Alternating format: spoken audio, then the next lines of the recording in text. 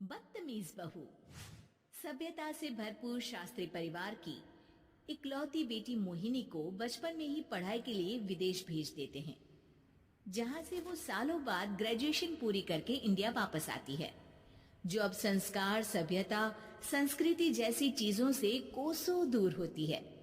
एक सुबह Mohini short dress पहने, कानों में हेडफोन लगाए जोर जोर से इंग्लिश गाने गाती हुई घर में घूम रही होती है।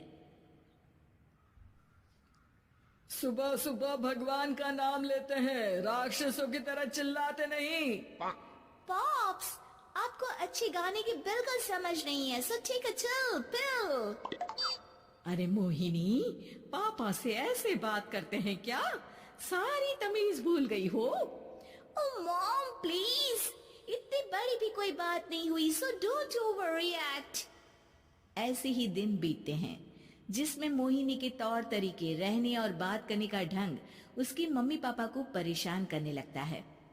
भला कोई मानेगा कि ये मेरी बेटी है? रीति रिवाज और संस्कारों से तो इसका दूर दूर तक कोई नाता नहीं, और अब तो लगता भी नहीं कि कभी होगा। अरे ऐसे कैसे नहीं होगा? लड़कियां सारे नखरे अपने माँ बाप को ही दिखाती है। ससुराल जाकर उन्हें सब कुछ करना भी पड़ता है और मानना भी। पत्नी की बात शास्त्री जी समझ जाते हैं और कुछ ही दिनों में अपने से भी ज्यादा धार्मिक परिवार में निखिल के साथ मोहिनी का रिश्ता पक्का कर देते हैं। रिश्ता तो पक्का कर दिया, पर यहाँ मोहिनी को कैसे मनाएंगे? शादी ब्याह के मामले में आटे में नमक जितना झूठ तो चलता है जी।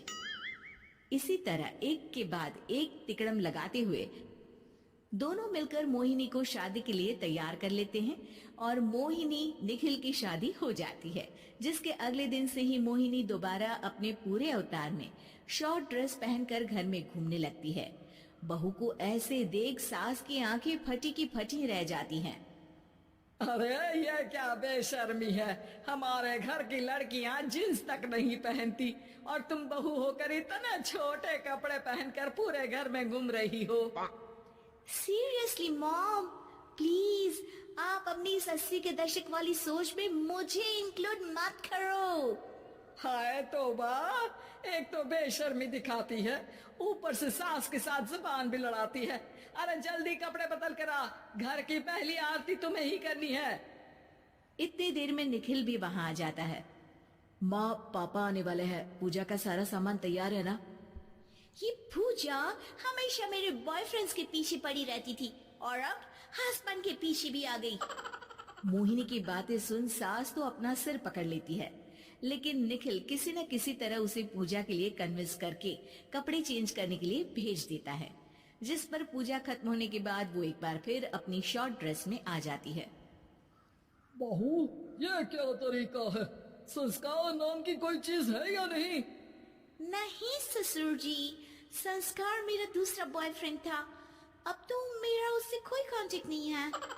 मोहिनी का जवाब सुन के ससुर तो भगवान नाम जपते वहां से चले जाते हैं, लेकिन सास बहू के बीच कहासुनी फिर शुरू हो जाती है, जिसे इग्नोर करते हुए मोहिनी घर से बाहर चली जाती है और देर रात घर वापस आती है। मोहिनी, मैं जानता हूँ कि तुम विदेश में रही हो और तुम्हें वहीं की आदत है, पर यहाँ चीजें कुछ अलग है। अगर तुम उस हिसाब से कुछ एडजस्ट कर लो तो सबके लिए सही हो जाएगा। I am not in a lecture mood. Good night. अगली सुबह मोहिनी देर से उठकर एक बार फिर उसी तरह सबके सामने आती है, जिस पर उसके सास कुछ बोले उससे पहले ही मोहिनी की दोस्त मोनिका और रेचल वहां आ जाती हैं। Oh hi darling, how are you? OMG, we missed you so much. I missed you too, darling. Ram Ram, इन्होंने तो तुमसे भी छोटे कपड़े पहने हैं। अरे तुम लोगों के अंदर कोई शर्म लिहाज बाकी भी है या सब बेच खाई? मोहिनी, तुम्हारी मेड कुछ ज्यादा नहीं बोलती? इस पर मोहिनी की दोस्त उसकी सास का मजाक बनाने लगती है, जिसे सुन निखिल उन्हें जवाब देते हुए कड़वे शब्द सुना देता है और वो सुन के वो दोनों तो मुंह बनाए वहां से चली जाती है, लेकिन गुस्से से लाल मोहिनी वहीं खड़ी निखिल को घूरती रहती है। घूर क्या रही हो? तुमसे शादी की ये सोचकर कि विदेश में पढ़ी लिखी हो, घर में कोई पॉजिटिव चेंज लाओगी, अपनी करियर के लिए एम्बिशियस होगी, पर अपने इस बिहेवियर से उस पढ़ाई के साथ साथ अपने मम्मी पापा के नाम को भी डुबो रही हो। अगर तुम्हें ऐसे ही हाल रखना है तो यहाँ रहने की कोई जरूरत नहीं है। निखिल की बातें सुनकर मोहिनी रोते हुए घर छोड़कर अपनी मम्मी पापा के पास वापस आ जाती है। ससुराल में सब कुछ ठीक तो है? वो अपने आप को समझते क्या है? मोहिनी पर चिल्ला रहे? मैं क्यों उसके इशारों पर चलूं? मैं अपनी लाइफ अपने तरीके से जीना चाहती हूँ और वो ना आप लोगों को मंजूर था और ना ही उन्हें है। तुम यहाँ नहीं रह सकती। अपने पापा की बात सुन के मोहिनी हैरान रह जाती है। हाँ, तुमने बिल्कुल सही सुना। अगर तुम्हें अपने इस घमंड, बेशर्मी और बदतमीजी में ही जीना है तो तुम यहाँ भी नहीं रह सकती। बेटी, मैं मानता हूँ हमारे यहाँ रीति रिवाज बहुत मायने रखते हैं और हमने उन्हीं के ओवरडोज से बचाने के लिए तुम्हें विदेश भेजा था। एक लड़की जो शादी करके घर और बच्चे संभालती है, उससे तुम अपने आप को ज्यादा समझ सको इसके लिए भेजा था।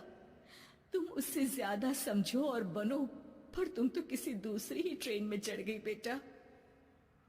उसके मम्मी पापा बहुत देर तक मोहिनी को सारी बातें समझाते हैं, जिन्हें सुनकर मोहिनी को अपनी गलती का एहसास होता है। वो जॉब ज्वाइन कर लेती है और ससुराल वापस आकर उन्हें मॉडर्न बनाती है और खुद भी कुछ रिवाज सीखते हुए खुशी से रहने लगती है।